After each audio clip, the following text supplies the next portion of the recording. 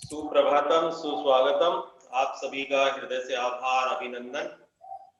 आपका दिन मंगलमय हो, ऐसी इन्हीं शुभकामना के साथ आज का सत्र प्रारंभ करते हैं। आज हमारा जो मूल विषय है वो प्राणायाम रहेगा। सबसे पहले थोड़ी सी प्राणायाम पे चर्चा करते हैं और प्राणायाम के बाद में फिर हम आगे की जो रिमेनिंग पोस्चर्स हैं उन पे चर्चा करेंगे। Pranayama, what is the meaning of pranayama? Pranayama prana plus ayama. Prana in the sense कि prana means energy, ayama means extension, यानी एनर्जी का एक्सटेंशन हम लोग कैसे करें। क्लास 9 10th में हम E बराबर mc स्क्वायर हम लोग पढ़ते हुए आए हैं और हम जानते हैं कि एनर्जी जो हमारे यूनिवर्स में है उसकी एक लिमिटेड पोजीशन है, क्वांटिटी है सिर्फ, और ये पूरा जो यूनिवर्स जो रन कर रहा है वो एनर्जी की वजह से ही रन कर रहा है। और इस यदि ये शरीर में ऊर्जा नहीं होती तो हम हमारे कार्य कर पाने में असक्षम होते, पेड़ पौधे भी जीवित नहीं रह पाते, यहाँ तक कि जो दूसरे जो कार्य हैं, जानवर हैं, और जितना भी जो हम आधुनिक जगत जो हम देख रहे हैं उसमें जितनी भी चीजें जो डेवलप हो रही हैं उन सारी चीजों को हम नहीं समझ पाते। अभी वर्तमान में हम जिस कनेक्टिविटी के साथ में जुड़े हुए हैं वो सब एनर्जी का ही ट्रांसफॉर्मेशन है। Sonography, MRI, radio, TV, mobile, इसके अलावा और जितनी भी इस प्रकार की चीजें हैं वो सब हमारी ऊर्जा का रूपांतरित स्वरूप के रूप में ही हमें प्राप्त हो रही है। यानी कि गतिज ऊर्जा से स्थितिज ऊर्जा, स्थितिज ऊर्जा से यांत्रिक ऊर्जा, यांत्रिक ऊर्जा से इलेक्ट्रोमैग्नेटिक ऊर्जा। तो इस प्रकार से कहीं ना कहीं ये ऊर्जा हमें परिवर्तित होती हुई दिखाई दे रही है और उसका हम लोग सदुपयोग कर रहे हैं। यानी कि हमारा जीवन भी एक ऊर्जा पर ही, हमारा जन्म का निर्धारण भी माता पिता की ऊर्जा पर निर्धारित होता है और उसी से हमें जन्म की प्राप्ति होती है। तो कुल मिलाकर के देखा जाए तो जन्म से लेकर के और अंत तो जब आप निष्प्राण हो जाते हैं, जब आपके शरीर में प्राण स्थिर नहीं रहते, जब आपके शरीर में ऊर्जा नहीं रहती है, तो तब आप मृत घोषित कर दिए जाते हैं और जीवन भर के कार्यों को करने के लिए और उसके लक्ष्य को प्राप्त करने के लिए हमें एनर्जी को संग्रहित करना होता है। उसके लिए हमारे योग विद्या में जो सबसे अच्छा जो टूल दिया गया है वो है प्राणायाम, प्राण प्लस आयाम। पतंजलि मुनि ने भी कहा है, तस्मिन् सन्ति श्वास प्रश्वास योग गति विच्छेद प्राणायाम। अर्थात श्वास और प्रश्वास के जो बीच की जो गति है उसका यदि विच्छेदन कर दिया जाए, विच्छेदन से तात्पर्य जब एक इनहेल और एक एक्सहेल, ये दो चीजें हमारे एक ब्रेथ में होती है, one breath one inhale one exhale, ये वन आपका ब्रेथ कहलाता है। तो इसको ब्रेक कर दें, यानी इनहेल और एक्सहेल के बीच में यदि एक्सटेंशन कर दें या उसको बिल्कुल ही ब्रेक कर दें, तो ब्रेक करने का क्या तरीका होना चाहिए और प्राणायाम का क्या तरीका होना चाहिए। तो इसमें दो मेथड चलते हैं। दो मेथड में से जो जिस व्यक्तित्व का व्यक्ति है उस व्यक्तित्व के अनुसार उस मार्ग को वो चुन करके और वो काम कर सकता है। तो ये सबसे मूल विषय है। इससे पहले एक और बहुत अच्छा विषय जो सृष्टि का मूल संरचनात्मक तत्व जिस प्राण को माना गया है उसके संदर्भ में एक बहुत अच्छी बात हमारे प्रश्नोपनिषद में कही गई है, उसका भी मैं यहाँ एक छोटा सा उदाहरण देना चाहूंगा। उसके बारे में कहा गया है कि हे प्राण, जिस प्रकार माँ अपने पुत्र की रक्षा करती है उसी प्रकार हे तीनों लोकों के स्वामी, जिस प्रकार माँ अपने पुत्र की रक्षा करती है उसी प्रकार आप भी मेरी रक्षा करें, श्रीता करें, शुभता प्रदान करें। तो ऐसा भी हमें प्रश्नोपनिषद में देखने के लिए मिल जाता है कि जो तीनों लोगों के स्वामी जो त्रिनाथ है वो इस पूरी सृष्टि को चलाने वाले हैं और उसी प्रकार से जिस प्रकार से वो हमारा लालन पालन करते हैं उसी प्रकार से प्राण आप भी है। मतलब प्राण की उपासना की गई है। यहाँ पर प्राण को एक इष्ट के तुल्य माना गया है, एक शक्ति माना गया है कि हे प्राण आप हमें श्रीता प्रदान करें जिससे कि हम हमारे लक्ष्य को प्राप्त कर सकें। तो ये उपनिषद की चर्चा थी, लेकिन इससे पहले मैंने आपको बताया था कि आप प्राणायाम आपको करना है और पतंजलि ने जो कहा वो किस प्रकार करना है। पहले प्रकार का प्राणायाम होता है वशिष्ठ श्रेणी का प्राणायाम। वशिष्ठ श्रेणी से तात्पर्य सहज प्राणायाम। सहज प्राणायाम में आपको क्या करना होता है, देखिए यहाँ एक छोटा सा उदाहरण समझने की जरूरत है। कछुआ जो है टॉर्टोइस 400 इयर्स अपना जीवन व्यतीत करता है, सबसे लंबी आयु का व्यक्ति वही है। क्यों? क्योंकि वो 1 मिनट में इनहेलेशन और 1 मिनट में एक्सहेलेशन करता है, यानी कि एक ब्रेथ उसका 30 सेकंड का इनहेलेशन है तो वो 40 और 30 सेकंड के बिटवीन उसका एक्सहेलेशन है। तो इनहेलेशन और एक्सहेलेशन उसका थोड़ा अंतर है, लेकिन वो 1 मिनट में एक बार सांस लेता है। डॉग जो है 1 मिनट में कितनी बार करता है, वो 26-27 टाइम करता है। और हम लोग 1 मिनट में एक आइडियली जो एक ब्रीदिंग रेट है वो कितना होना चाहिए, 12 to 15 होना चाहिए, लेकिन प्राय इतना मिल नहीं पाता है। 12 एक आइडियल स्थिति है। तो हमें इस स्थिति में क्या करना होगा इस स्थिति तक पहुंचने के लिए, क्योंकि हमारा जो ब्रीदिंग रेट है वो बहुत ज्यादा होता है और कोविड के टाइम में तो हमें ब्रीदिंग के लिए सबसे ज्यादा सजग रहना पड़ता है। तो सबसे पहले इस प्राणायाम में जाने से पहले आपको इस प्रकार से नासिका मुद्रा का चयन करना होगा। आप अपनी इंडेक्स और मिडिल फिंगर को इस प्रकार से फोल्ड करें। यस, अपना कोई भी बैठने का पोस्चर चूज करें। देन राइट नॉस्ट्रिल को आप क्लोज करेंगे slightly. Then very slowly inhalation through left से ही स्टार्ट करते हैं हमेशा, क्योंकि लेफ्ट जो है कोल्ड स्वर है आपका। After the inhalation then exhale through right. धीरे से राइट नोस्ट्रिल से एक्सहेल करेंगे। एक्सहेल कंप्लीट कर दिया आपने, देन राइट से, then again inhale through right very slowly and deeply. Then close your right nostril, then exhale through left. Continuously more 5 round. जो लोग मुझे सुन पा रहे हैं वो इसका अनुभव करें। नासिका मुद्रा बनाएं, राइट नॉस्ट्रिल को क्लोज करें, धीरे धीरे लेफ्ट नॉस्ट्रिल से इनहेल करें, then close your right nostril, then exhale through right. Exhale कैसे होना चाहिए दोस्तों? एक्सहेल हमेशा दुखते समय का होना चाहिए। यदि आपका 20 सेकंड का इनहेलेशन है तो आपका 40 सेकंड का एक्सहेलेशन हो। Exhalation should be longer than inhalation.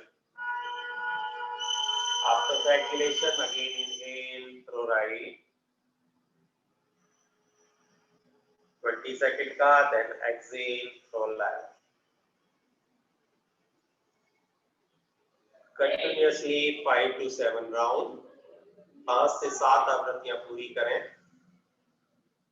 No limitation of the प्राणायाम। इस प्राणायाम की कोई सीमाएं नहीं है, कोई लिमिटेशन नहीं है। यदि आप रोगावस्था में हैं तो आप लेट कर सकते हैं। यदि आप स्वस्थावस्था में हैं तो आप बैठ करके कीजिए। अब बात आती है इसके बेनिफिट की। इस प्राणायाम का बेनिफिट क्या है? ये कहलाता है बैलेंसिंग प्राणायाम। कुछ लोग इसको अनुलोम विलोम प्राणायाम के नाम से भी जानते हैं। बैलेंसिंग प्राणायाम कहेंगे तो ज्यादा अच्छा रहेगा, क्योंकि ये हमारे सिंपैथेटिक और पैरासिम्पैथेटिक नर्वस सिस्टम को ये हमारे को बैलेंस करता है। और जब sympathetic and parasympathetic nervous system जब बैलेंस हो जाता है तो हमारा जो स्पाइनल कॉर्ड है, स्पाइनल कॉर्ड के अंदर प्राण का प्रवाह चलने लगता है। धीरे धीरे ऊर्जा जो है हमारी ऊर्ध्वगामी होने लगती है। इस ऊर्ध्वगामी ऊर्जा का जो परिणाम है वो हमारा सहस्त्रसार जो चक्र है, जो हमारा मुख्य केंद्र बिंदु है, वहां जाकर के इस ऊर्जा का प्रसार होता है और जिसे हम समाधि प्राप्त करना भी कहा जाता है। अब यहाँ बात आती है और बेनिफिट्स की। नेक्स्ट जो बेनिफिट है वो है कि जब आपके सिंपैथेटिक पैरासिम्पैथेटिक नर्वस सिस्टम आपका बैलेंस हो गया तो उस अवस्था में क्या होगा? उस अवस्था में आपका माइंड जो है वो बैलेंस रहेगा, कंसंट्रेशन बना रहेगा, आपकी मेमोरी बहुत अच्छी होगी, आपकी स्मृति को बढ़ाने में मदद करता है, आपका स्किल बढ़ता है, आप जस्टिस की ओर अग्रसर होते हैं। तो कुछ मॉरल वैल्यूज और कुछ इंटेलेक्ट चीजें इस प्राणायाम की सहायता से डेवलप होती है और थॉट्स में कंप्लीटली ट्रांसपेरेंसी आती है। जो भी कुछ आप सोचते हैं वो पूरी तरीके से नीट एंड क्लीन होता है। थॉट्स में ट्रांसपेरेंसी बहुत ही कंपलसरी है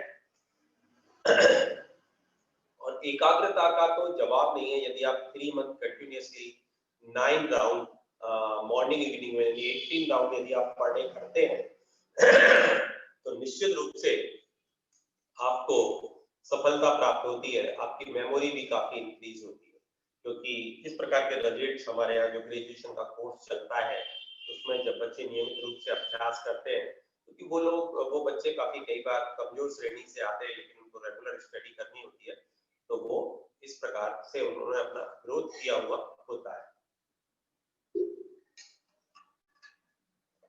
नाउ अब इसी में एक दूसरे प्रकार का भी चलता है जिसको हम नाड़ी शुद्धि भी कहते हैं। नाड़ी शुद्धि और इसमें क्या अंतर है? नाड़ी शुद्धि और अनुलोम विलोम में बेसिक अंतर यह है कि यहाँ पर आप कुंभक का प्रयोग नहीं करते और नाड़ी शुद्धि में आपको कुंभक का प्रयोग करना होता है। ये थोड़ी हठयोग की विधा है। इसमें आप राइट नॉस्ट्रिल को क्लोज करेंगे नासिका मुद्रा बना करके और लेफ्ट से इनहेल करेंगे। लेफ्ट से इनहेलेशन करने के बाद अपनी चिन को अपने कॉलर बोन में लगाएंगे, कुंभक का प्रयोग करेंगे। देन इसको रिलीज करेंगे, देन एक्सहेल करेंगे,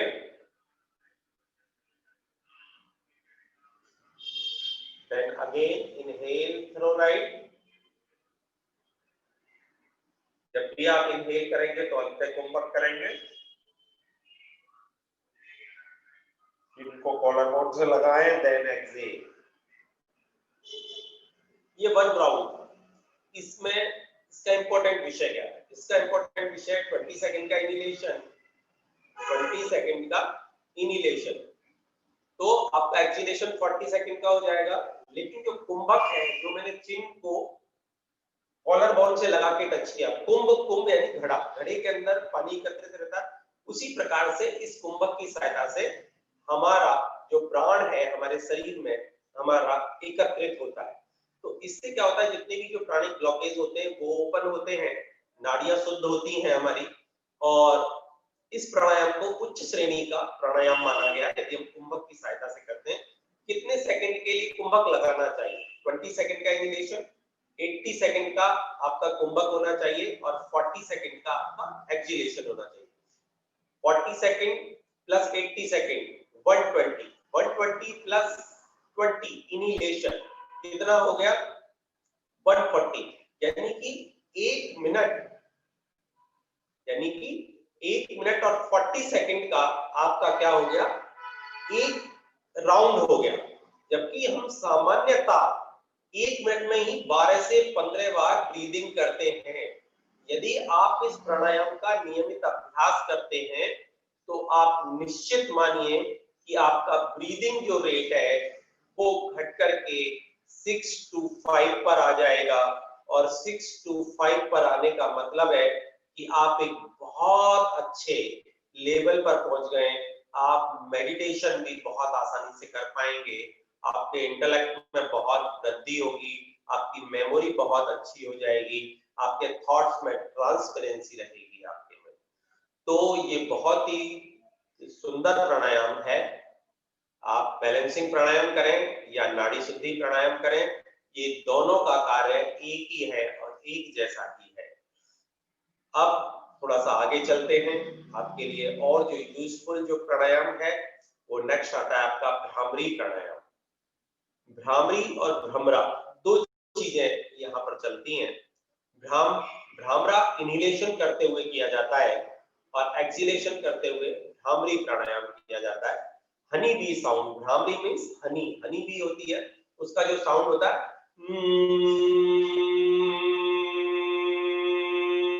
इस प्रकार का जो साउंड है वो आपका हनी बी साउंड होता है।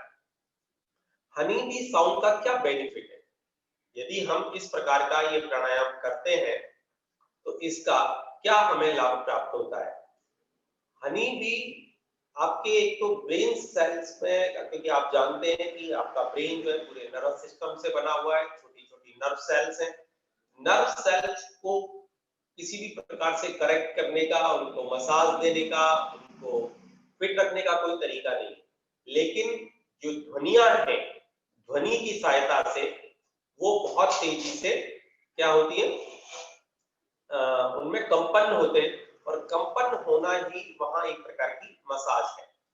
तो ध्वनियों की सहायता से जब हम हनी बी का साउंड करते हैं तो हनी बी के साउंड से ब्रेन सेल्स को रिलैक्सेशन मिलता है। ब्रेन सेल्स को रिलैक्सेशन मिलने से बॉडी को स्टैग्नेशन, यानी पूरा जो, वैसे स्पेशल इसका इफेक्ट जाता है हेड रीजन में, लेकिन बॉडी के और भी पार्ट इससे इफेक्टेड होते हैं। तो इससे बॉडी को, हमारी को स्टैग्नेशन और सैचुरेशन मिलता है, यानी कि पूरी बॉडी हमारी संतृप्त हो जाती है बिल्कुल। जिस प्रकार से आपको जो चीज पसंद है वो चीज, उस चीज का टेस्ट जैसे ही आपकी टंग पर आता है तो आपको एक बहुत बड़ा सेटिस्फेक्शन मिलता है। उसी प्रकार से आपको अपने आप से सेटिस्फेक्शन मिलता है, बॉडी पूरी तरीके से अपने शेप में आती है, अपने संतुलित अवस्था में आती है। तो इसलिए भ्रामरी प्राणायाम का हमें उपयोग करना चाहिए। भ्रामरी प्राणायाम का इफेक्ट सर्जरी में बहुत किया जाता है। जब सर्जरी हो जाता है, सर्जरी के बाद हीलिंग करने के लिए आप इस प्राणायाम को कीजिए, बहुत जल्दी हीलिंग होती है, घाव बहुत तेजी से बढ़ता है। मेंटल डिसऑर्डर जितने भी प्रकार के हैं, उन सभी में बहुत ज्यादा ये लाभ प्रदान करता है। लिमिटेशंस दोस्तों किसी भी प्रकार की इसकी नहीं है कि ये लोग कर सकते हैं, ये लोग नहीं कर सकते। आप बेड पर लेटे हुए तब भी आप कर सकते हैं। कई बार स्टूडेंट्स को कंप्लेंट होती है कि जो जिन लोगों को नींद नहीं आती है, तो जिन लोगों को नींद नहीं आती है वो लोग कृपया इसका 9 टाइम चांट करें, लेटे हुए या बैठे हुए। लेटे हुए करेंगे तो ज्यादा बेस्ट रहेगा, उनको नींद आने लग जाएगी। और इसको करने का तरीका क्या है दोस्तों, कितनी बार करना चाहिए? दिन में आप 3 बार करें, 4 बार करें, कहीं कोई परेशानी नहीं है। स्टूडेंट्स टेबल पर बैठा रहता है, पढ़ता रहता है, उसको रिलैक्स होने के लिए ब्रेन वाइज जब कभी कभी वो हैवीनेस फील करता है, बजाय चाय कॉफी पीने के और ड्रग्स का, सिगरेट का इस्तेमाल करने से बेहतर है कि आप भ्रामरी प्राणायाम करें तो ज्यादा अच्छा रहेगा। तो उसके लिए आपको किस प्रकार करना है, देखिए मेथड है, आप अपनी टंग को अपर पैलेट से टच करेंगे। ये टंग है, इसको ऊपर अपर पैलेट से टच करना है, देन इनहेल करना है आपको, देन एक्सहेल करते हुए हमिंग साउंड करेंगे, अंदर से गले को थोड़ा सा संकुचित करते हुए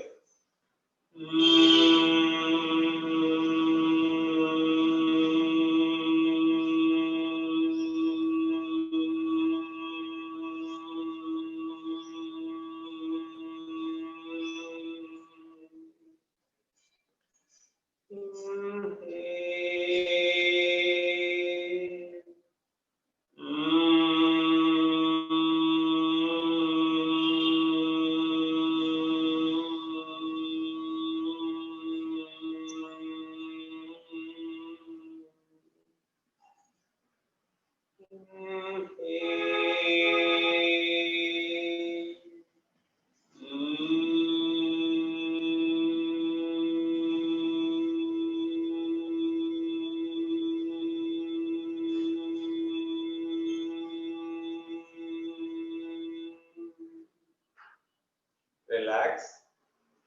9 राउंड आप कर सकते हैं। और एम्प्टी स्टमक जब हो जब करें, अनुलोम विलोम प्राणायाम, नाड़ी शुद्धि और आपका भ्रामरी प्राणायाम। और जितना आप ये 9 टाइम 5 टाइम आप करेंगे, आप उतना ही लाभ प्राप्त करेंगे। लेकिन इसका एक दोस्तों सीक्वेंस है, उस सीक्वेंस से ही हमें आगे बढ़ना चाहिए।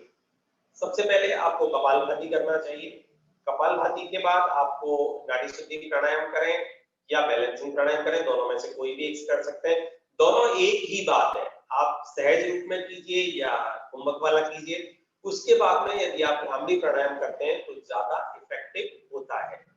तो भ्रामरी प्राणायाम बहुत ही अच्छा है, और जितना रेगुलर हम लोग करेंगे उतना ही आप इसका लाभ प्राप्त करेंगे। और इसके बाद में हम आगे बढ़ते हैं। हमारे आज के दूसरा जो बहुत ज्यादा आकर्षण का केंद्र है वो है पोस्चर्स को लेकर के आज काम करेंगे।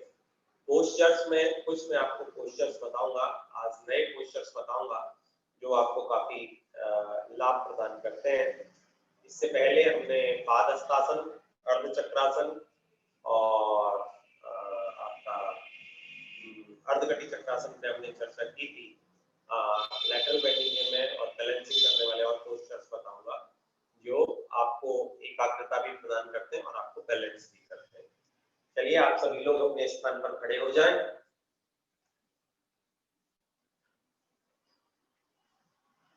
स्थान पर खड़े हो, ताड़ासन स्थिति। यदि आपको मेंटली बहुत स्ट्रांग बनना है, अपनी डिसीजन पावर को आपको बहुत अच्छा बनाना है, तो इसके लिए एक बैलेंसिंग प्राणायाम है जिसको कहते हैं वृक्षासन। वृक्षासन आपको किस प्रकार से करना है देखिएगा। काउंट वन में आप अपने किसी राइट या लेफ्ट जो भी लेग है उसको फोल्ड करके आप अपनी हिल को पेरिनियम के साथ में लगाएं और धीरे से दोनों हाथों को ऊपर उठाते हुए एक बिंदु पर फोकस करें।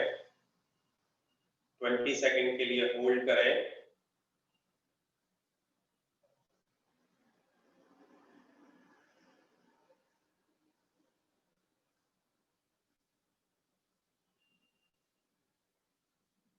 And relax. काउंट 3।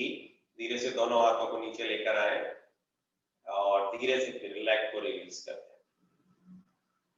ये था आपका बैलेंसिंग पोस्चर जो आपको मेंटली स्ट्रांगनेस देता है, आपको स्थिरता को बढ़ाता है। आपकी को पढ़ते हुए माइंड इधर उधर डाइवर्ट होता है, तो उस चीज को स्ट्रांग बनाने के लिए आपको ये बैलेंसिंग प्राणायाम करना चाहिए। ये आपकी बॉडी को भी बैलेंस करता है और आपके माइंड को भी बैलेंस करता है। इसको अपोजिट साइड से भी आप कर सकते हैं। धीरे से लेफ्ट लेग को और राइट लेग को फोल्ड करते हुए धीरे से, और इस प्रकार से दोनों हाथों को ऊपर की ओर तानेंगे और दोनों हथेलियां ऊपर की तरफ आप खींच करके रखेंगे।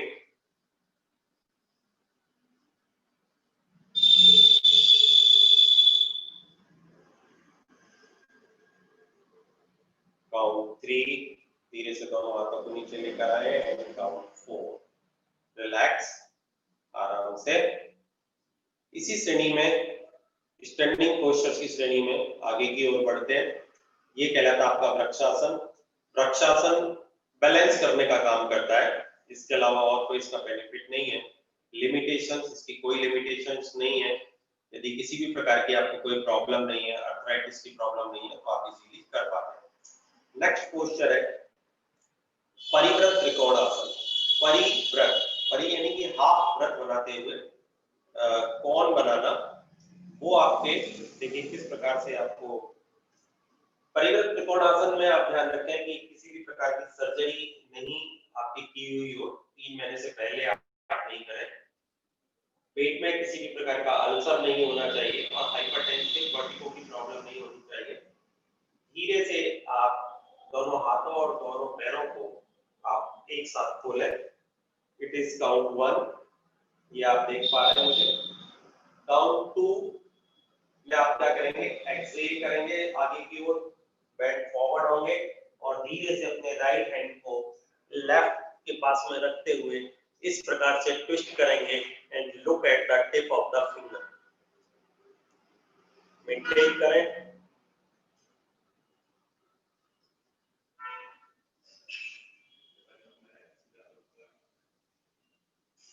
ट्वेंटी सेकंड के लिए मेंटेन करते हुए देन काउंट 3 में इनहेल करते हुए अपनी वर्टिकल पोजीशन में आएंगे एंड काउंट 4 में लेग को रिलीज करते हुए वापस से अपनी पोजीशन में आए, देन रिलैक्स। ये मैंने आपको साइड से दिखाया था। अब इसको अपोजिट साइड से किस प्रकार से किया जाएगा, क्योंकि सेल्फ कॉम्प्लीमेंट्री पोस्चर है। इस पोस्चर का बेनिफिट क्या है, एक तो आपके एब्डोमिनल पार्ट की मसल्स को बहुत ज्यादा स्टिमुलेट करता है और जो आपकी मेरु तंत्रिका है, जो नर्वस सिस्टम है, आपकी स्पाइनल कोड से रिलेटेड जितनी भी जो चीजें हैं उनको स्टिमुलेशन देता है, और जैसे आप ट्विस्ट करते हैं इसमें तो आपके फैट को रिड्यूस करने का काम करता है, थाइस को भी स्ट्रेंथन देने का काम करता है। अपोजिट साइड से देखिए, अपोजिट साइड से आपको किस तरीके से करना है। Count 1, count 2, maintain it,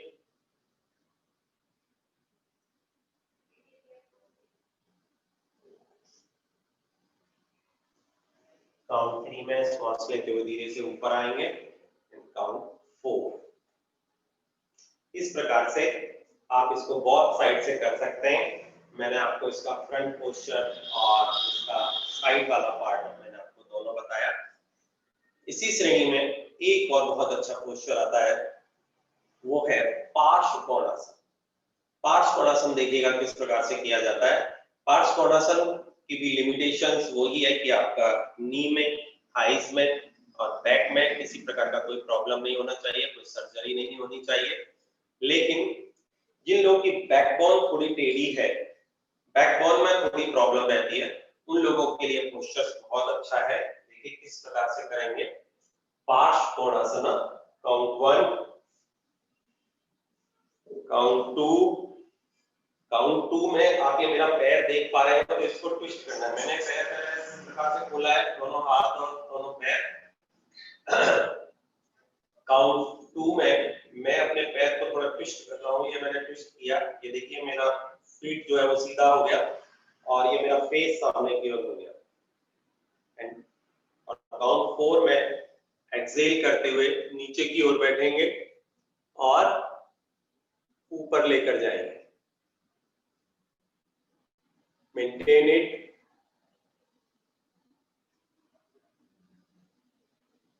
twenty second 30 second तक इस पोस्चर को आप होल्ड करें। टिप ऑफ द फिंगर को देखें, देन धीरे से अपने राइट हैंड को ऊपर लेकर जाएंगे, देन उसके बाद में धीरे से ऊपर उठेंगे, काउंट 6 में ट्विस्ट करेंगे एंड काउंट 8 में धीरे से बैक को रिलीज करके अपनी नॉर्मल पोजीशन में आएंगे। ये है आपका पार्श्व कोणासन। पार्श्व कोणासन बहुत साइड से किया जा सकता है। पार्श्व कोणासन में आपने देखा होगा कि जब मैं इस पोस्चर को कर रहा था तो एक स्लंट जैसा बनता था पूरा का पूरा, ठीक है ना।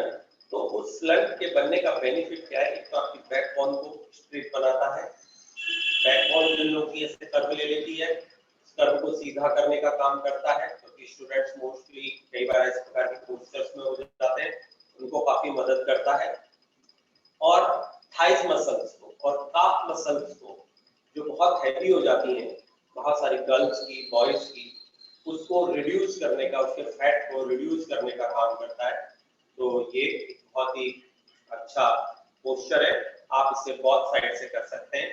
तो स्टैंडिंग पोस्चर्स में टोटल जो मैंने आपको बताया, अर्ध चक्रासन, अर्धघटी चक्रासन, पादहस्तासन, परिव्रत त्रिकोणासन, वृक्षासन एंड पार्श्व कोणासन, टोटल मैंने आपको 7 पोस्चर्स आपको मैंने कराए।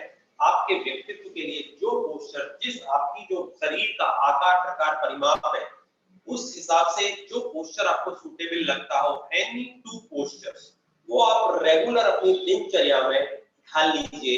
उन पोस्चर्स को आप 20 सेकंड 30 सेकंड के लिए होल्ड कीजिए, उनको मेंटेन कीजिए और इसका पोस्चर का आप आनंद लीजिए। अब हम सिटिंग पोस्चर्स की चर्चा करते हैं, बैठकर किए जाने वाले। बैठकर किए जाने वाले पोस्चर्स में मैंने उस दिन आपको शशांक आसन बताया था, शशांक आसन बताया था, लेकिन उससे थोड़ा सा आगे की ओर चलते हैं जो काफी लाभदायक है। आज मैं आपसे चर्चा करूंगा, ये मैंने आपको जो पोजीशन बताई थी इसका नाम था दंडासन, और इस प्रकार से जब पैर खोल करके बैठते हैं तो उसको बोलते हैं शिथिल दंडासन। आपको मेरा पोस्चर क्लियर दिखाई दे रहा होगा। चलिए नेक्स्ट, अब हम करने जा रहे हैं जानु सिरासन। जानु सिरासन पश्चिमोत्तानासन का जो प्रैक्टिस है, यानी कि जो लोग पश्चिमोत्तानासन नहीं कर पाते हैं उनको जानुसिरासन का अभ्यास करना चाहिए। जानु जंघा, सिर मतलब आपका हेड, ये आपका जो सिर है वो जंघा से टच हो जाए। इसका तरीका क्या है, देखिए स्थिति Dandasana. First bend your left leg at the knee, keep it under the right thighs, right thigh से इसे टच कर दें, आपकी हिल जो है पेरिनियम से टच हो, इस प्रकार से। ये हो गया काउंट 1, काउंट 2, धीरे से दोनों हाथों को ऊपर उठाएं। काउंट 3 में फॉरवर्ड बेंडिंग करेंगे। काउंट 4 में धीरे से आप अपना टोज को पकड़ते हुए अपने फोरहेड को आप अपने इससे लगाएंगे, नी से लगाएंगे और इसको मेंटेन करेंगे।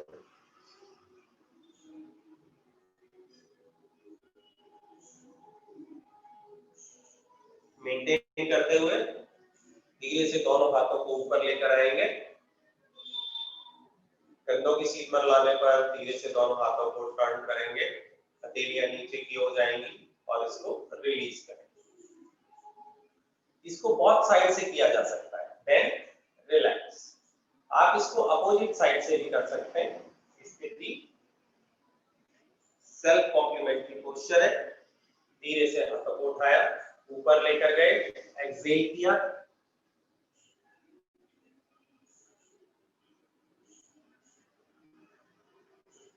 मेंटेन करते हुए ऊपर की ओर आए एंड रिलैक्स। इस प्रकार से भी कर सकते हैं। तो ये था हमारा जानुसिरासन, यानी कि आप अपनी जांघ से अपने सिर को लगा रहे हैं। एक मैंने आपके सामने नाम लिया था पश्चिमोत्तानासन का। अब पश्चिमोत्तानासन में क्या होता है कि ये आपकी जो पोजीशन है, इसमें दोनों हाथों को ऊपर उठाएं, लेकर जाएं और धीरे से मेंटेन करें, इस प्रकार से। अब इन पोस्चर्स में किस चीज का ध्यान रखना? इन पोस्चर्स में ये फॉरवर्ड बेंडिंग पोस्चर है, हाइपरटेंसिव वाले लोगों को नहीं करना चाहिए। वर्टिगो की जिनको प्रॉब्लम है उनको नहीं करना चाहिए। पेट में जिन लोगों को अल्सर है उनको नहीं करना चाहिए। ठीक है, अच्छा अब ये यूजफुल किस किस के लिए? यूजफुल उन लोगों के लिए जिन लोगों को एब्डोमेन से संबंधित प्रॉब्लम्स है। नेचुरल है, एब्डोमेन की फैट को रिड्यूस करने का काम करता है। जीआईडी में आपकी 30 से ऊपर प्रकार की जो बीमारियां वो काउंट हो जाती हैं। गैस है, कॉन्स्टिपेशन है और भी दूसरी बीमारियां वो काउंट होती हैं। तो इस प्रकार से फॉरवर्ड बेंडिंग से पश्चिमोत्तानासन में अच्छा, छोटे बच्चों के लिए बहुत अच्छा है, लंबाई बढ़ने में बहुत ज्यादा हेल्प करता है। यह पोस्चर जो है पश्चिमोत्तानासन बच्चों की लंबाई को काफी तेजी से बढ़ाता है। जब 8 वर्ष के बच्चे हो जाते हैं तो उसके बाद में उनको इसका अभ्यास कराना चाहिए, जिससे कि उनकी लंबाई बढ़े। कुछ ऐसे पोस्चर्स हैं, चक्रासन है, आपका धनुरासन है, सर्वांगासन है, हलासन है, पश्चिमोत्तानासन है और पादहस्तासन है। ये कुछ प्रमुख रूप से 6 पोस्चर्स हैं जो लेंथ बढ़ाने में हमारी बहुत ज्यादा मदद करते हैं। यस, तो इसके बाद में जानुसिरासन और पश्चिमोत्तानासन के बाद में एक और इम्पोर्टेंट पोस्चर है सिटिंग पोजीशन में किया जाने वाला, उसका नाम है Ushtrasana. Ushtrasana means camel posture, ऊंट के समान आकृति बन जाना। कैमल पोस्चर्स की जो अपनी लिमिटेशंस हैं वो यही है कि भाई कोई सर्जरी नहीं हुई हो किसी भी प्रकार की, लेकिन इस पोस्चर को हाइपरटेंशन वाले लोग कर सकते हैं और बैक पेन वाले लोग भी कर सकते हैं। जिन लोगों को बैक पेन है वो लोग इस पोस्चर को कर सकते हैं।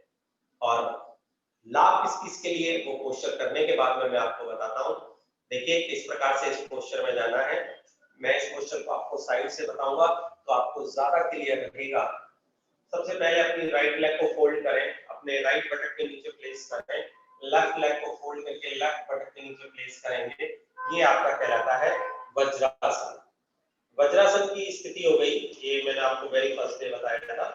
Then slowly come to the standing position and stand on your knee. इस प्रकार से आपको अपने घुटनों पर खड़े होना है। पैर आपके मिले हुए रहे तो बेहतर है, पीछे से हिल्स, लेकिन जो लोग कैपेबल नहीं है, जिनकी थाइज हैवी है, वो नीज के बीच में इस प्रकार से गैप ले सकते हैं। यस, देन इनहेल करेंगे। सबसे पहले दोनों हाथों को कमर पर रखेंगे और कमर पर रखने पर इनहेल करते हुए बैकवर्ड बेंडिंग करेंगे और धीरे से अपने दोनों हाथों को अपने हिल पर रखेंगे और बॉडी को आगे की ओर फोर्स करेंगे।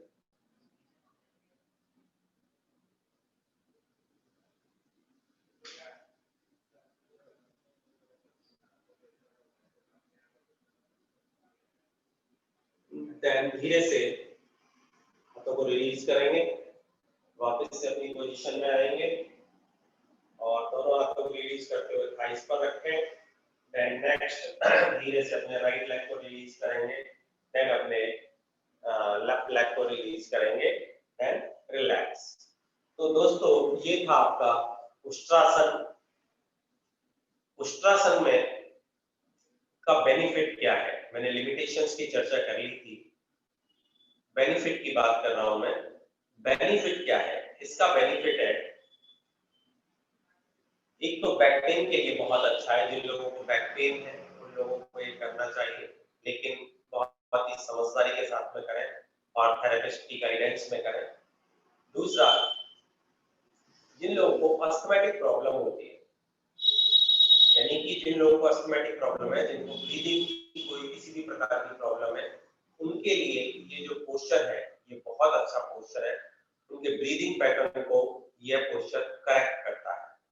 जब ये ब्रीदिंग पैटर्न को ये पोस्चर करेक्ट करता है तो आप समझिए कि क्योंकि इसमें लंग्स का एक्सपांशन होता है, जब आप पीछे की ओर जाते हैं तो लंग्स इस प्रकार से इसके फैल जाते हैं और उसका परिणाम ये होता है कि आपके ब्रोंकस और ब्रोंकियोल की जो ऐंठन है उनमें स्वेलिंग है वो समाप्त होती है और आपका ब्रीदिंग जो पैटर्न है वो आपका करेक्ट हो जाता है।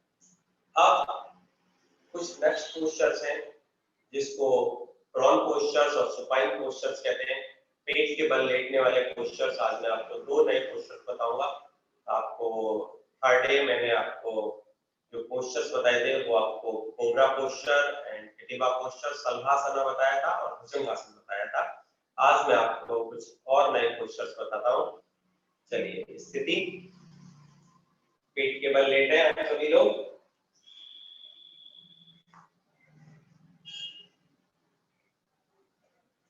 इस प्रकार से आप पेट के बल लेटे हैं। धनुरासन की अपने आप में कोई लिमिटेशन नहीं है। यदि किसी भी व्यक्ति को किसी भी प्रकार की कोई प्रॉब्लम नहीं है तो धनुरासन जो स्वस्थ व्यक्ति है वो कर सकते हैं। और धीरे से सबसे पहले धनुरासन के लिए अपने दोनों पैरों को फोल्ड करें, दोनों हाथों को पीछे की ओर लेकर जाएं, अपने अंगूठों को पकड़ें और इनहेल करते हुए धीरे से हाथों को और पैरों को अपोजिट डायरेक्शन में खींचे। ये आपका धनुरासन है। मेंटेन करें, सिर्फ नेवल वाला पार्ट है वो आपका जमीन से लगा हुआ रहेगा, बाकी आपके शोल्डर्स एंड ये पोस्चर ऐसा है कि आपकी पूरी बॉडी को स्टिमुलेट करेगा। देन रिलैक्स, आराम से कम टू द शिथिल मकरासन।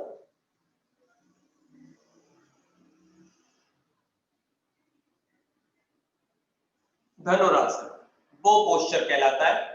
वो पोस्चर की अपनी विशेषता है कि आपकी पूरी स्पाइन को ये हेल्दी रखता है, आपके शोल्डर्स को, जितने भी जो जॉइंट्स हैं उन सबको हेल्दी रखता है, नी जॉइंट्स को, एंकल जॉइंट्स को, रिस्ट जॉइंट्स को, एल्बो जॉइंट्स को, शोल्डर जॉइंट्स को, तो जितने भी प्रकार के जो जॉइंट्स हैं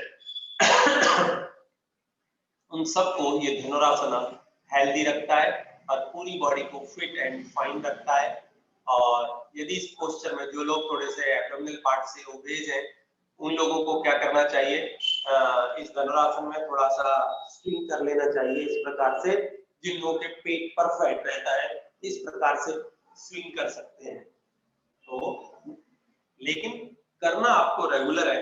यदि आप रेगुलर इस प्रकार से स्विंग करते हैं तो एब्डोमिनल पार्ट पर जो फैट है वो धीरे धीरे आपका रिड्यूस हो जाता है, क्योंकि एब्डोमिनल पार्ट की मसाज के लिए, सिस्टमेटिक मसाज के लिए हमारे पास कोई टूल नहीं है।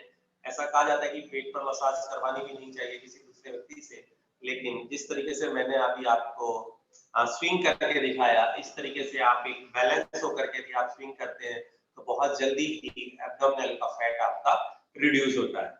इसी श्रेणी में प्रॉन पोजीशन में एक पोस्चर और है नौकासन, जो इसी प्रकार का है, बोट पोस्चर जिसको कहते हैं, नौका की तरह बन जाना। स्थिति दोनों पैरों को मिलाएं, इसकी भी अपनी लिमिटेशंस कोई बहुत ज्यादा नहीं है, बस ये ध्यान रखें कि अल्सर नहीं होना चाहिए। और धनुरासन नाभि धरण के लिए भी बहुत अच्छा है। नाभि धरण यानी कि नाभि अपने स्थान से जिन लोगों के लिए हट जाती है, तो पेट के बल लेटकर किए जाने वाले जो भी पोस्चर्स हैं वो नाभि धरण के लिए बहुत अच्छे हैं।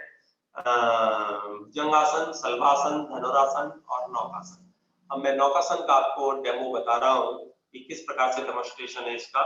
देखिए, दोनों पैरों को, दोनों हाथों को मिलाइए, चिन्ह को जमीन पर रखिए, हाथों को नमस्कार मुद्रा में कान के ऊपर से लेकर जाइए और धीरे से इनहेल करते हुए नेवल वाले पार्ट को जमीन पर रखेंगे, बाकी पूरी बॉडी आगे की और पीछे की आपको आप करनी है। इनहेल एंड अप, इस प्रकार से पूरी बॉडी को आगे की ओर और पैरों को पीछे की ओर खींचिए। सिर्फ नाभि वाला पार्ट जमीन से टच करेगा, आपकी लोअर वेस्ट ऊपर उठ जाएगी पूरी तरीके से। मेंटेन करें एंड रिलैक्स।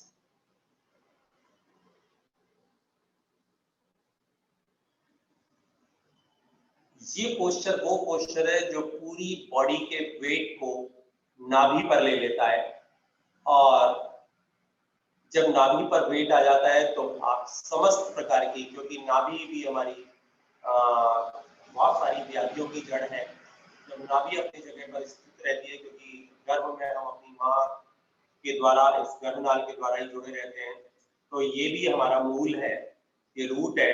जब ये हमारी स्थिर और बैलेंस रहती है तो नेचुरल है कि हम भी फिजिकली और मेंटली बहुत अच्छे तरीके से बैलेंस रहते हैं इस नौकासन की सहायता से। अब मैं आपको कुछ और नेक्स्ट पोस्चर जो पीठ के बल लेट कर किए जाने वाले पोस्चर्स हैं, जो उत्तान पादासन मैंने उस दिन बताया था आपको, और स्ट्रेट लेग रेजिंग मैंने आपको बताया था, और ब्रिज पोस्चर मैंने आपको बताया था।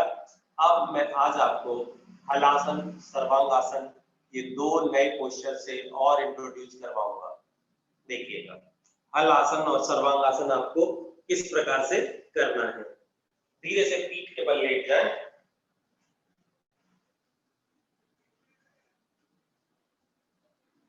पीठ के बल लेटने के पश्चात धीरे से दोनों हाथों को सिर से ऊपर ले जाएं। फर्स्ट, धीरे से अपने दोनों पैरों को ऊपर उठाएं 45 पर, फिर 90 डिग्री पर धीरे से लेकर के आए। एक्सहेल करते हुए दोनों हाथों को नीचे लेकर आए और इनहेल करते हुए धीरे से अपने बटक्स को ऊपर उठाएं, पैरेलल टू द ग्राउंड जाएं। देन दोनों हाथों को उठा करके अपने बटक्स को सपोर्ट करें और इस प्रकार से ये आपका सर्वांगासन, आपकी चिन जो है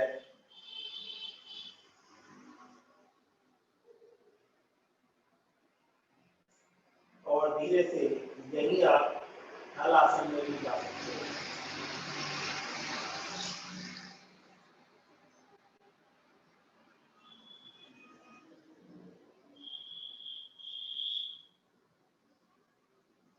इस पोस्चर को मैं थोड़ा साइड से आपको दिखाने का प्रयास करता हूँ, साइड से आप ज्यादा क्लियर देख पाएंगे।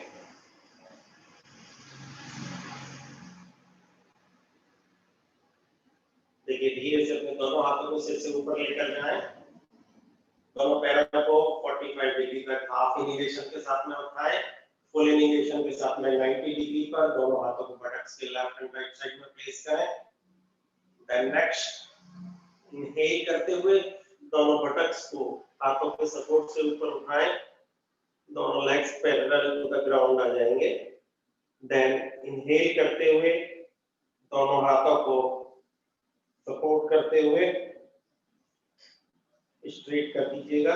ये देख रहे हैं आप, मेरी चिन जो है ये कॉलर बोन से टच हो रही है, स्थिर रहें। ये आपका सर्वांगासन।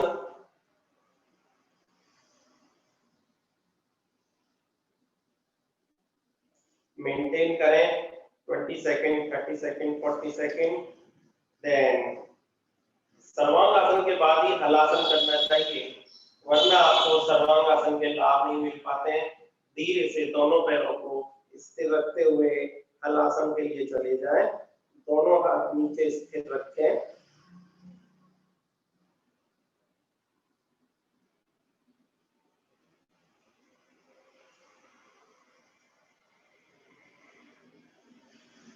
और धीरे धीरे दोनों पैरों को, शरीर को बिना कोई झटका दिए हुए नीचे की ओर लेकर आए। दोनों हाथों को सिर से ऊपर की ओर लेकर जाएं एंड रिलैक्स।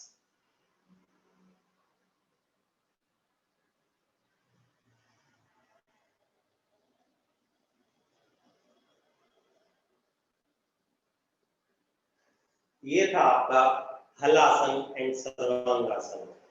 इसी श्रेणी में एक पोस्चर और बहुत इंपॉर्टेंट है, जिसको हम पवन मुक्तासना कहते हैं।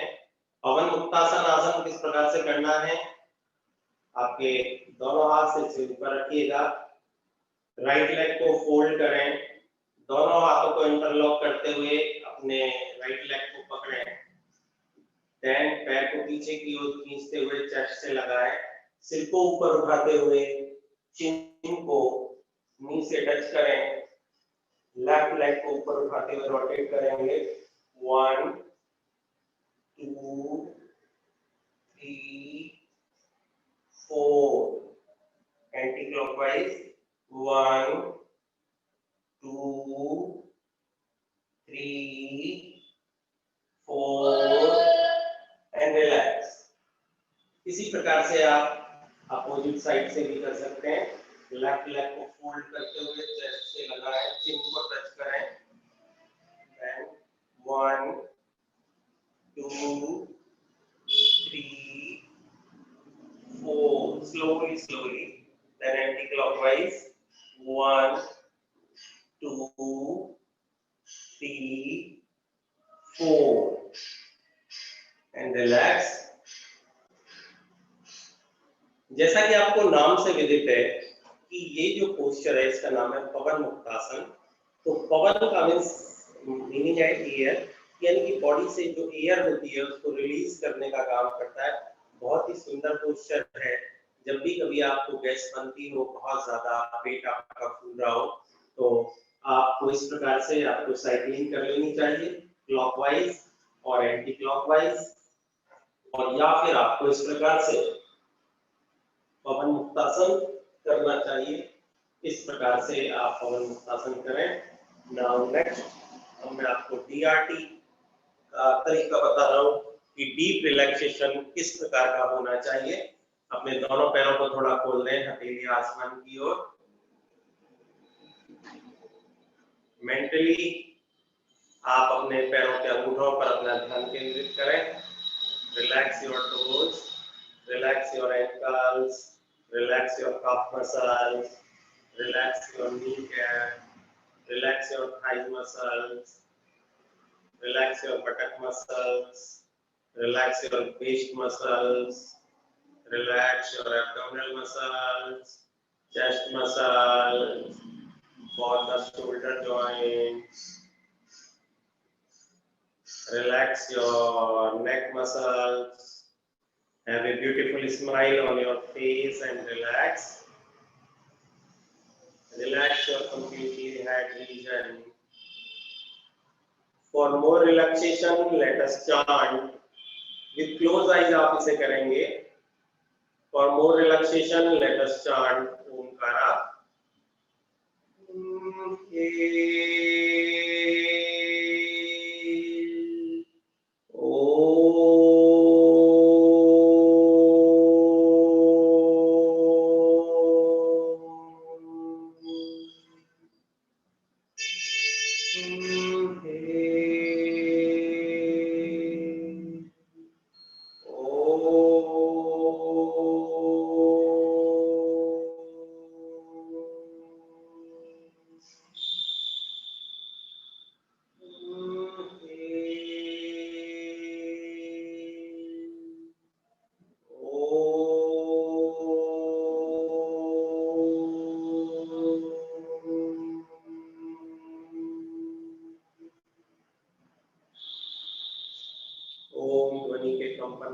संपूर्ण शरीर में अनुभव करें।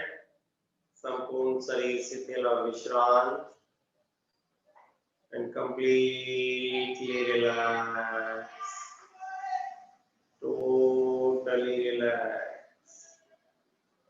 Slowly join your legs together, both the hands beside the body, left hand above the head along with the ground. Bend your right leg at the knee, right hand on the chest, and slowly turn to the left side. Stretch your left leg on the right leg, right hand on the ground, and slowly come to the sitting position with elbow and palm support, and sit in heavy meditative posture. And rub your both the palms vigorously. Give a nice massage on your face, on your neck muscles. Thanks for your cooperation. Have a nice day.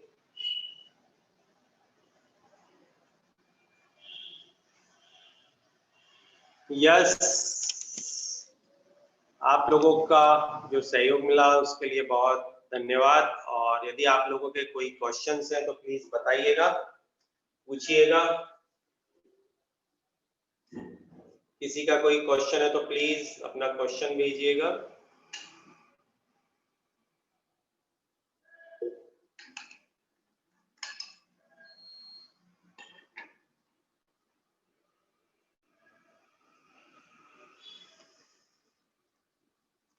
Yes sir.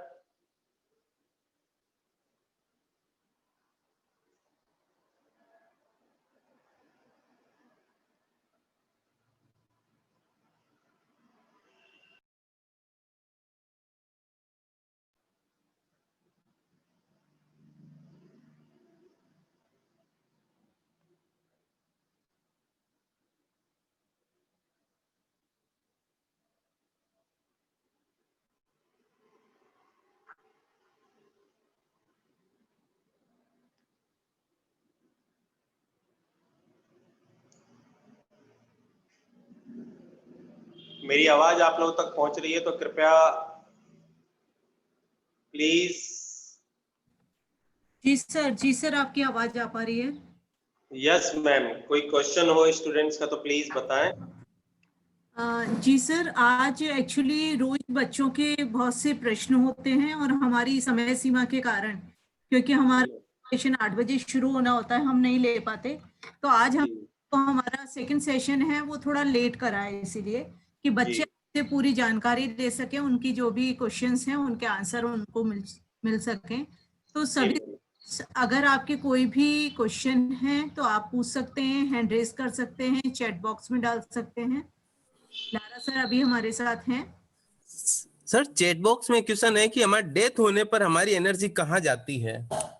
Universe में जाती है, universe के अंदर ही बनी रहती है, ब्रह्मांड में ही बनी रहती है, उस ब्रह्मांड के अंदर ही बनी रहती है। और वापस से फिर वो एनर्जी कलेक्ट होकर के फिर वापस से संसार में आती है। यस। बच्चे सर ओबेसिटी के लिए डाइट प्लान पूछ रहे हैं कुछ।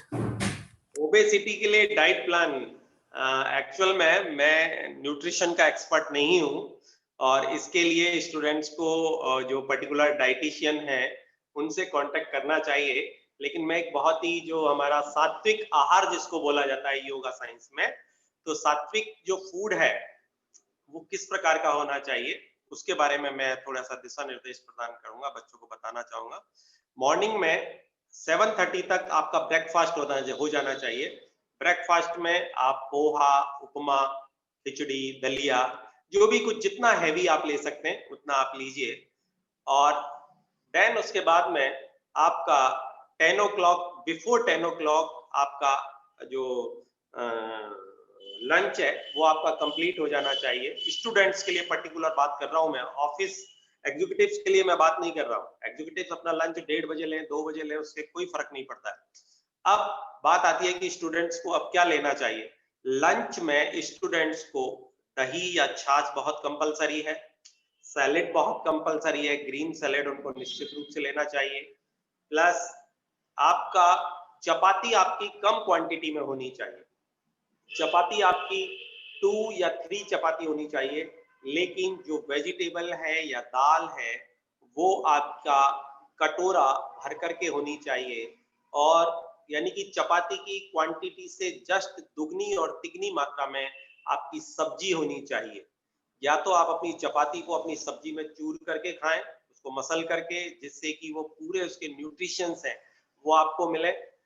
तो ये हमारे यहाँ सात्विक फूड कहलाता है कि यानी सब्जी की क्वांटिटी आपकी मोर होनी चाहिए, चपाती की क्वांटिटी आपकी कम होनी। सब्जी को भी आप इस प्रकार से बनाइएगा कि आप सब्जी आप सही मात्रा में आप ले सकें, जिससे आप पर्टिकुलर जो 2400-2600 जो कैलोरी चाहिए उसको 2 भागों में डिवाइड कर लीजिएगा, मॉर्निंग और इवनिंग। इसी प्रकार से इवनिंग वाला खाना जो है, मॉर्निंग में यदि आपका किसी कारण से यदि लिक्विड वेजिटेबल नहीं है आपके पास में, तो मैंने बताया जैसा दही या छाछ मॉर्निंग वाले में कंपलसरी, तो इवनिंग वाले खाने से पहले आपको कोई भी वेजिटेबल सूप लेना चाहिए या और किसी प्रकार का कोई सूप लें, और ये खाना आपका बिफोर 6 o'clock आपका फिनिश हो जाना चाहिए, यानी सनलाइट ढलने से पहले पहले, यानी कि जो सूरज छिपने से पहले पहले आपका भोजन हो जाना चाहिए स्टूडेंट्स का, जिससे कि उनको पढ़ने के लिए एक समय मिले और उनको एनर्जी मिले। तो शाम का खाना आपका लिक्विड होना चाहिए, और मॉर्निंग का फर्स्ट जो मील है जिसको मैंने ब्रेकफास्ट का, वो आपका सबसे हैवी होना चाहिए, सेकंड उससे कम होना चाहिए, और थर्ड उससे भी कम होना चाहिए। यानी कि फिर आपको फर्स्ट मील लेने के बाद में फिर आपको धीरे धीरे लेस ही करना है, just half just half just half करते जाइएगा। और इवनिंग वाले खाने में आप जो भी सूप या जूस के बाद में सूप लें। मॉर्निंग में जो आपका फर्स्ट जो मील होता है उसमें, जैसा मैंने कहा ब्रेकफास्ट में ही आपको फ्रूट्स और जूस लेने चाहिए। दिन में फ्रूट और जूस का कोई नियम नहीं है अकॉर्डिंग टू योगा साइंस, जिसको हम सात्विक डाइट के अंदर शामिल करते हैं। तो इवनिंग टाइम में आप कोई भी चपाती सब्जी, लिक्विड चपाती जो है, लिक्विड जो आपकी वेजिटेबल है उसके साथ में आप लेंगे। ड्राई वेजिटेबल बिल्कुल भी नहीं लें। सीजनेबल जो वेजिटेबल्स हैं उसके साथ में आप भोजन ग्रहण नहीं करें। ये एक सिंपल सा तरीका है, और रात को सोते हुए ही दूध पिया जाए तो सबसे बेहतर है। हमारे आयुर्वेद ग्रंथों के अनुसार दूध पीने का विधान है सोने से 1 घंटे पहले आपको पीना चाहिए। और इसीलिए मैंने कहा कि यदि आप 6 बजे खाना खा लेंगे तो निश्चित रूप से रात को 8:30 बजे आप दूध पी सकते हैं और 9:30 बजे आप सो सकते हैं। और इसके बेहतर रिजल्ट्स के लिए, पर्टिकुलर ओबेसिटी के लिए प्रोटीन डाइट आपकी क्या होनी चाहिए, क्या नहीं होनी चाहिए, इसके लिए आप जो न्यूट्रिशनल स्पेशलिस्ट हैं आप उनसे मिलें, जो डाइटिशियन है आप उनसे मिलें, तो ज्यादा बेहतर रहेगा। और कोई क्वेश्चन पूछिएगा सर। कोविड के दौर में आजकल ऑनलाइन क्लासेज हो रही हैं, तो जी। इस दौर में बच्चों की आंखों पे बहुत ज्यादा फर्क पड़ रहा है, उनके सर दर्द रह रहा है, तो उसके लिए बच्चे पूछना चाह रहे हैं। हाँ बिल्कुल, यदि एक लिमिटेड मात्रा में क्लासेज होती हैं 2-3 आवर्स की, 3 आवर्स की मिनिमम, तो कहीं कोई उससे आंखों को नुकसान होने वाला नहीं है। हम उम्र के जिस पायदान पर हैं अभी, और यदि हमें डाइट प्रॉपर मिल रही है, तो 3 और 3.5 आवर्स के लिए ऑनलाइन जाना, टीवी मोबाइल के साथ जुड़े हुए रहने में कोई हर्जा नहीं है। लेकिन उससे ज्यादा स्टूडेंट्स अपने शौक और मौज पूरा करने के लिए जो मोबाइल, टीवी, कंप्यूटर से जुड़े हुए रहते हैं, वो बहुत ज्यादा हार्मफुल है। इस चीज का आप ध्यान रखें। ऑनलाइन ये टेक्निक्स जो बनी है वो हमारी ग्रोथ के लिए बनी है, हमारी जो कमियां हैं उनको दूर करने के लिए बनी है। तो इसलिए टेक्नोलॉजी को आप उसी रूप में स्वीकार करें जिस रूप में आपको टेक्नोलॉजी स्वीकार करना चाहती है। तो उसके लिए टेक्नोलॉजी ने कहा है कि आप मेरा एक निश्चित मात्रा में, लिमिटेड मात्रा में यदि आप मेरा उपयोग करेंगे तो मैं आपके साथ हमेशा बनी रहूंगी। यदि आप इसका दुरुपयोग करेंगे तो निश्चित रूप से आपकी आंखें खराब होंगी। यदि आप 8 आवर्स 10 आवर्स यदि आप मोबाइल कंप्यूटर्स के साथ में जुड़े हुए रहेंगे तो निश्चित रूप से आपकी आंखें और मेंटल डिसऑर्डर्स जितने भी प्रकार के हैं वो आपको निश्चित रूप से देखने के लिए मिलेंगे। निश्चित मात्रा में देखिए, कम खाने से व्यक्ति कभी नहीं मरता है, लेकिन ज्यादा खाने से फिर भी समाप्त हो जाता है, हमेशा ध्यान रखिए। ओवर लिमिट हर एक चीज की बहुत खतरनाक है, इस चीज का आप ध्यान रखें। यस सर, एक बच्चे का सवाल है कि सर कभी कभी कुछ काम करके सो जाते हैं तो बैकबोन में दर्द होने लग जाता है, इसके लिए क्या करना चाहिए? बैकबोन के दर्द के लिए मैंने बहुत अच्छा अभी आपको बताया है कि आपको भुजंगासन और सल्भासन निश्चित रूप से करना चाहिए। भुजंगासन करें, सल्भासन करें थोड़ी देर इसके लिए, या उष्ट्रासन जो मैंने पोस्चर बताया आप वो कर सकते हैं। वो आपके लिए बहुत ही फार बेटर है, आपको काफी रिलैक्सेशन मिलेगा उससे आपको। यस,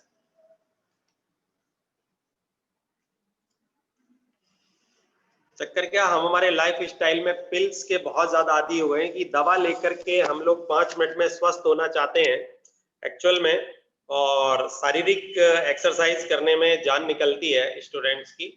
तो इसलिए मेरा कहना यही है कि आप मेडिसिन्स का कम से कम इस्तेमाल करें, और मेडिसिन्स का कम से कम इस्तेमाल करने से आप बहुत ज्यादा हेल्दी और फिट और फाइन रह पाएंगे, तो ज्यादा अच्छा रहेगा। मैं तो ये कहूंगा कि आप अपने गमले में अपनी सब्जियां उगाए अपने स्वयं के खाने के लिए। जो स्टूडेंट्स घर से बाहर आकर के भी यदि यहाँ रह रहे हैं तो वो एक मिट्टी का पात्र लेकर के उसमें एटलीस्ट अपने लिए कम से कम धनिया तो उगा ही सकते हैं, मिर्च उगा सकते हैं, जो एक मिनिमम से मिनिमम चीज है वो तो आप अच्छी खाइएगा भाई, उसके लिए तो कोई एफर्ट कीजिए।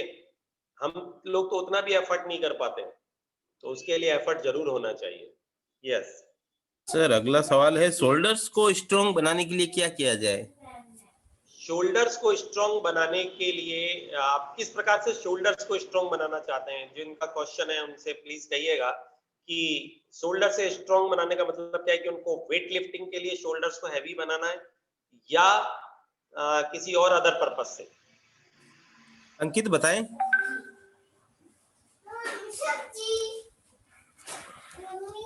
अंकित आप सुन पा रहे हैं? आपको अनम्यूट कर दिया, आप पूछें सवाल अपना। यस, नहीं आना चाह रहे वो। चलिए सर, नो प्रॉब्लम, मैं बता देता हूँ। यदि आप अपने शोल्डर्स को मजबूत करना चाहते हैं तो आपको हैंड स्टैंडिंग जो पोस्चर्स हैं हमारे योगा में, ठीक है ना, मयूर आसन है, हंसासन है, और आपका स्टैंडिंग पोजीशन में वृक्षासन है, यानी कि अपोजिट डायरेक्शन में हैंड स्टैंडिंग सर्वांगासन है, हैंड स्टैंडिंग वृक्षासन है। इन पोस्चर्स का आप ज्यादा से ज्यादा इस्तेमाल करें, यानी कि 20 सेकंड, 30 सेकंड, 40 सेकंड ग्रेजुअली अपना टाइम इंक्रीज करते जाएं, तो आपके शोल्डर्स बहुत ज्यादा मजबूत हो जाएंगे, हैवी भी हो जाएंगे, और आप जिस तरीके का आप वेट लिफ्टिंग के लिए इस्तेमाल करना चाहते हैं आप वेट लिफ्टिंग के लिए कीजिए, या और किसी पर्पस के लिए आप अपने हाथों को मजबूत बनाना चाहते हैं, यानी कि भारी बैट पकड़ने के लिए, तलवार चलाने के लिए, या किसी अन्य और पर्पस के लिए, तो इन सारी चीजों के लिए निर्भर करता है अपनी इंटरनल जो आपकी इम्यूनिटी है वो आपकी कैसी है, इंटरनल स्ट्रेंथन कैसी है। इंटरनल स्ट्रेंथन को मजबूत करने के लिए सबसे पहली चीज है कि आप मेडिटेशन ज्यादा से ज्यादा कीजिए। कल मैं मेडिटेशन पे ही आप लोग सब लोगों से चर्चा करने वाला हूँ। चलिएगा नेक्स्ट सर। सर आज ये छोटी उम्र में बच्चों के आजकल बाल गिरने लग गए हैं, बाल सफेद होने लग गए हैं, तो उससे रिलेटेड कोई जानकारी?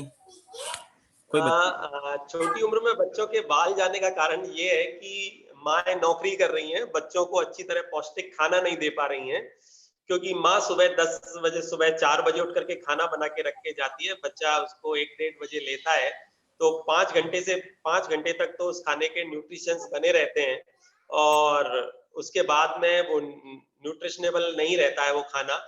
तो माओ के पास भी अच्छा समय होना चाहिए, प्लस मार्केट में भी जो इस दिनों फूड पैकेट्स आ रहे हैं वो काफी नुकसानदायक है।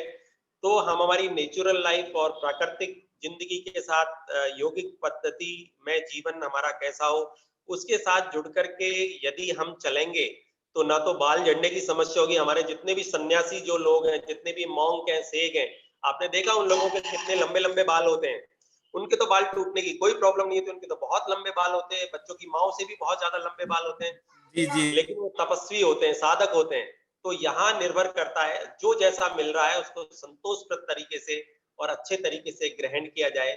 बहुत जल्दी जल्दी टीवी देखते हुए भोजन नहीं किया जाए। बच्चों को क्या करते हैं माँ, और वो टीवी चला देते हैं, उससे बच्चे देख करके भोजन ग्रहण करते हैं, तो वो उनको सिर्फ निगलते हैं, निगलने से बहुत जल्दी मोटापा आता है, गैस्ट्रिक की ट्रबल रहती है, बच्चे बहुत ओबेज होने का कारण ये है कि टीवी और मोबाइल देखते हुए भोजन ग्रहण कर रहे हैं। तो उसके डाइजेशन में बहुत ज्यादा समय लगता है, और बहुत ज्यादा समय लगने के कारण से ओबेस की प्रॉब्लम, जो न्यूट्रिशन है वो नहीं मिल पाते हैं। तो ये तो लाइफ स्टाइल से संबंधित रोग है एक्चुअल में। जो बालों का झड़ना वगैरह है उसके लिए प्रॉपर समय नहीं दे पाना। तो आप चाहे किसी भी प्रकार का तेल लगाइए, कुछ भी लगाइएगा, उससे कोई फर्क नहीं पड़ने वाला है। आप यदि 5 लाख रुपए लीटर का भी आप तेल लगाएं तब भी बाल नहीं आने वाले, जब तक कि आप अपनी जीवन पद्धति को नहीं बदलेंगे।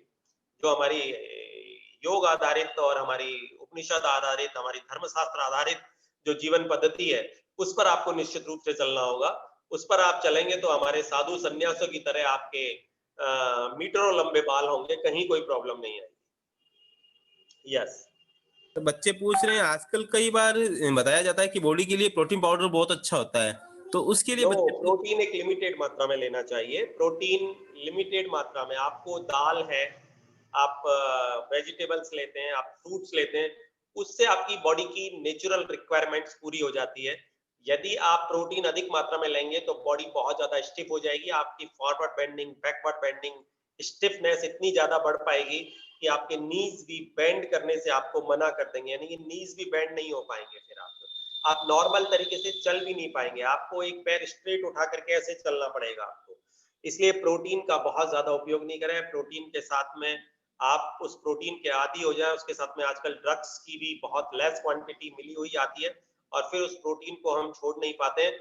इसलिए नेचुरल सोर्सेज से आप जितना ज्यादा प्रोटीन ग्रहण कर सकते हैं वो ग्रहण कीजिए। आपके दालों में, अनाजों में बहुत सारा प्रोटीन मिलता है, और हमारी दादी माएँ पहले बहुत सारा ऐसा अनाज मिला करके हमारे लिए लड्डू भी बनाया करती थी।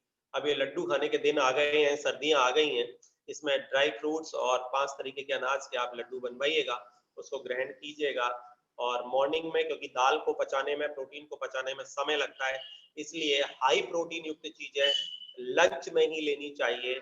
आप इस बात का ध्यान रखें। डिनर में हाई प्रोटीन वाली चीजें नहीं लें, क्योंकि उनके पाचन में बहुत ज्यादा समय लगता है।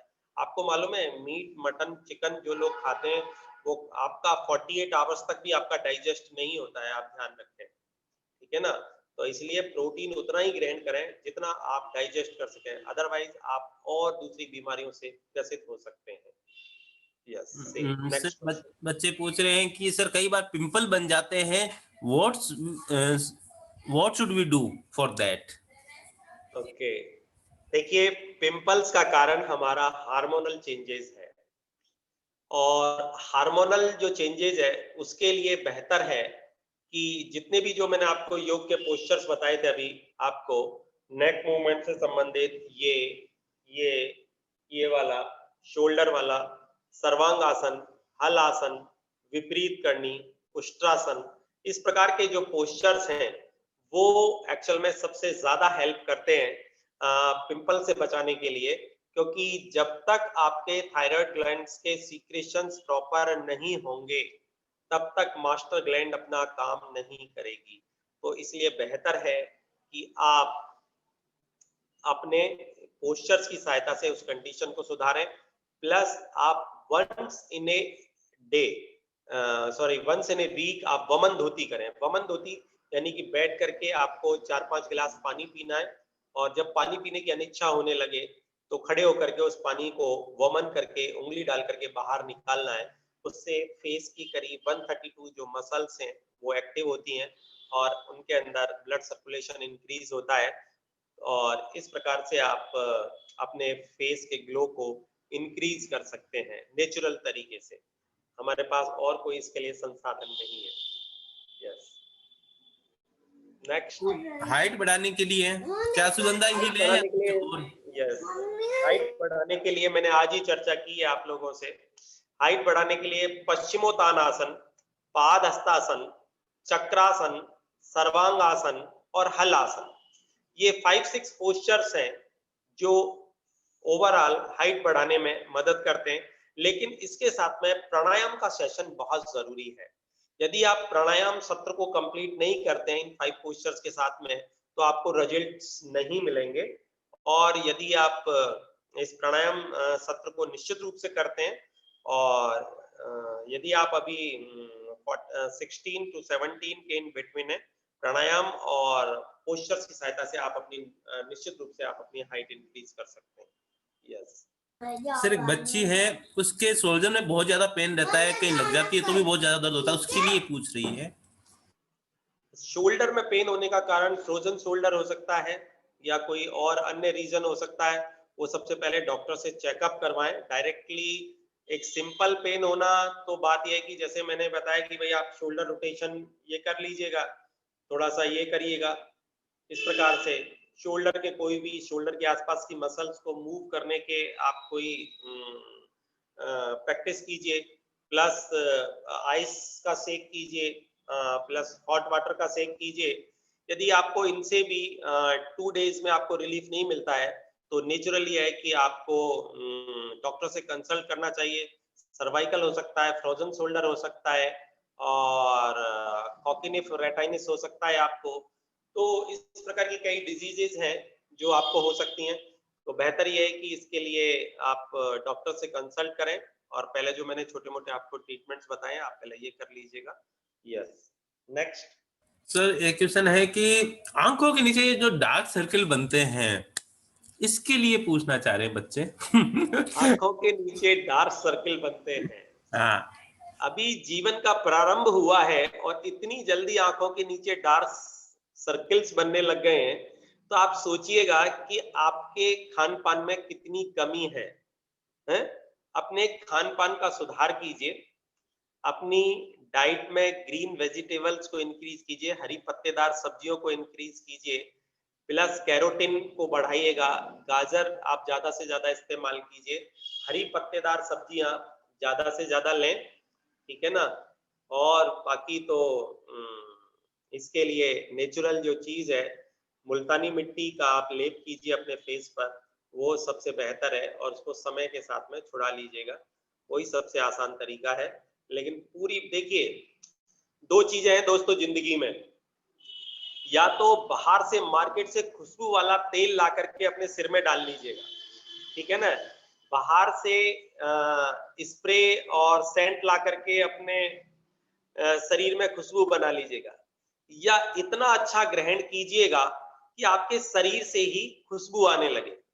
आपने देखा होगा कि पुराने समय में हम मॉन्क और जितने भी सेठ होते थे, साधु सन्यासी होते थे, उनके सामने घंटों तक बैठने की हमारी इच्छा होती थी, क्योंकि उनके शरीर की जो खुशबू होती थी, जो शुद्धता होती थी, वो इतनी अच्छी होती थी, इतना आकर्षण होता था कि हमारी उठने की इच्छा नहीं होती थी।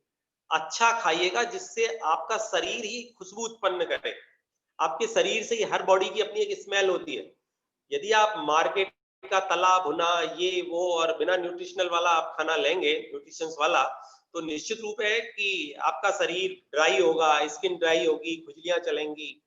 तो इससे बचने का उपाय यही है, बाजार आप अच्छा पोषण ग्रहण कीजिए, आप अच्छा खाना खाइएगा, इसके अलावा और कोई रास्ता नहीं है इसके लिए। तो क्योंकि आप अपना लाइफ स्टाइल बदलिए, आप अपना लाइफ स्टाइल नहीं बदलेंगे तो कैसे पार पड़ेगा। यस नेक्स्ट सर, एक बच्चा है, वो कह रहा है कि उसकी नी डिसलोकेट हो गई है, तो विंटर में वो पेन करती है। क्या हो गया सर? सॉरी सर, नी घुटने में घुटना डिसलोकेट हो गया है। घुटना डिसलोकेट हो गया है। डिसलोकेट हुआ है तो एक तो कार्टिलेज जाना होता है जिसमें ऑस्टियोआर्थराइटिस होता है, किसी को रूमेटॉइड अर्थराइटिस होता है, किसी को गाउटी होता है। लेकिन घुटना जो डिसलोकेट हुआ है, डिसलोकेशन के लिए तो आपको फिजियोथेरेपिस्ट के पास में निश्चित रूप से कांटेक्ट करना चाहिए। फिजियोथेरेपी में और योगा थेरेपी में बहुत अंतर है, इसलिए फिजियोथेरेपिस्ट का काम अलग होता है, योगा थेरेपिस्ट का काम अलग होता है। तो बेहतर है कि आप फिजियोथेरेपिस्ट से मिलें और उसको तक आप दूसरी प्रैक्टिस नहीं, जब तक आपका घुटना डिसलॉक है आप उसको सही पोजीशन पर लेकर के आइएगा, मसल्स को हिल होने दीजिएगा। कम से कम आपको 2-3 मंथ्स आपको उन मसल्स को काम में मत लीजिएगा, उसके बाद आप उनको काम में लें जिससे हील हो सके। यस नेक्स्ट सर, बच्चे एक मिनट पूछ रहे हैं बैक फ्लिप के लिए। Sorry, back flip, back exercise of back flip. मैं इससे इस चीज से जुड़ा हुआ नहीं हूँ सर, ठीक है ना, तो इन सारी मैं इसका जवाब नहीं दे पाऊंगा स्टूडेंट्स को जो ये जानना चाहते हैं, क्योंकि मेरे पास मेरा अपना विषय है, इस विषय से संबंधित और इसके लेफ्ट राइट जो जुड़ी हुई चीजें हैं उनका जवाब देना ही अच्छा लगता है और वो ही चीजें हमारे लिए फ्रूटफुल होती हैं जो मुझे जिन विषयों की डेप्थ नॉलेज है तो स्टूडेंट्स इसके लिए जो भी और अपने इनके बच्चों के पास तो गूगल बाबा है, वहां संपर्क करें इस चीज के लिए वो, ठीक है ना। यस सर, बहुत बहुत धन्यवाद आपका। अब लगभग वही सवाल रिपीट हो रहे हैं सारे के सारे। कोई वेट का नो प्रॉब्लम सर। चलिए, thank you, thanks for your cooperation all of you. कल हम लोग मिलते हैं मेडिटेशन सत्र के लिए। थैंक्स। धन्यवाद सर, धन्यवाद सर। ओके मैम, धन्यवाद सभी स्टूडेंट्स का। सभी स्टूडेंट्स आप लोग बेटा 9:45 पे एक बार वापस से जुड़ जाएं। हमारा जो नेक्स्ट सेशन है वो स्टार्ट होगा 9:45। 9:45 सॉरी 9:30 स्टार्ट होगा, 9:15 you all be there 9:15। Thank you sir. Okay.